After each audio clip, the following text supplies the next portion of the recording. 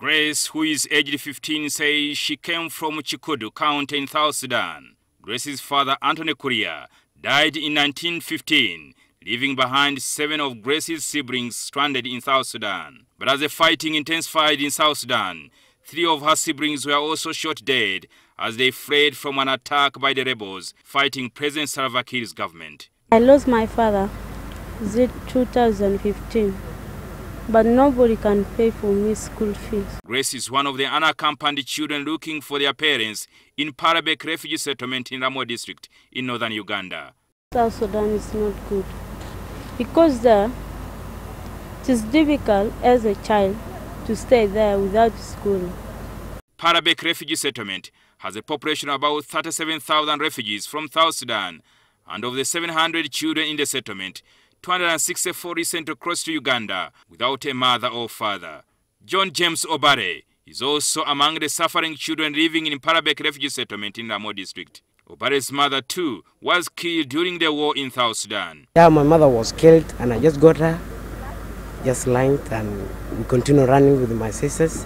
And my father is a soldier. I don't know where is he now, because he was taken to the front lines, and up to now I don't know where is he. And to some of these children, the memories of how their parents died during the war in South Sudan remains fresh. Planning A person died, you can cry. They were knocked by the guns during the fight, and now they have chronic injuries.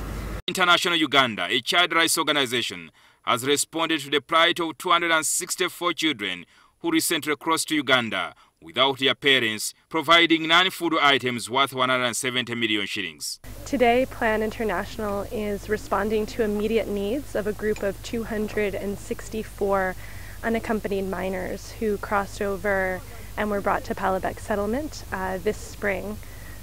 We're providing a distribution that will provide these children with shoes, scholastic materials, mattresses, and sanitary products for the adolescent. Aresteran, the regional emergency response manager, says they remain committed to increasing the children's well-being in a safe and protected environment. The organization is also concerned that many of the unaccompanied children are girls who require an immediate intervention due to their vulnerability. The refugees living in Uganda, 80% are women and children, hence Plan's focus on girls and women.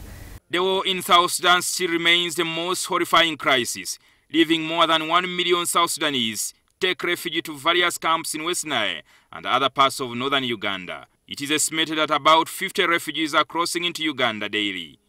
South Sudan refugee crisis is one of the largest refugee crises in the world, but here in Uganda there is a massive funding shortage to take care of this population.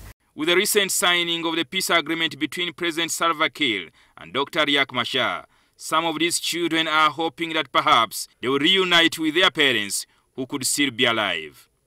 Now, if they want to be the leaders and they're killing us, so how do they feel? And I want to tell them, let them leave fighting and for us to stay in South Sudan.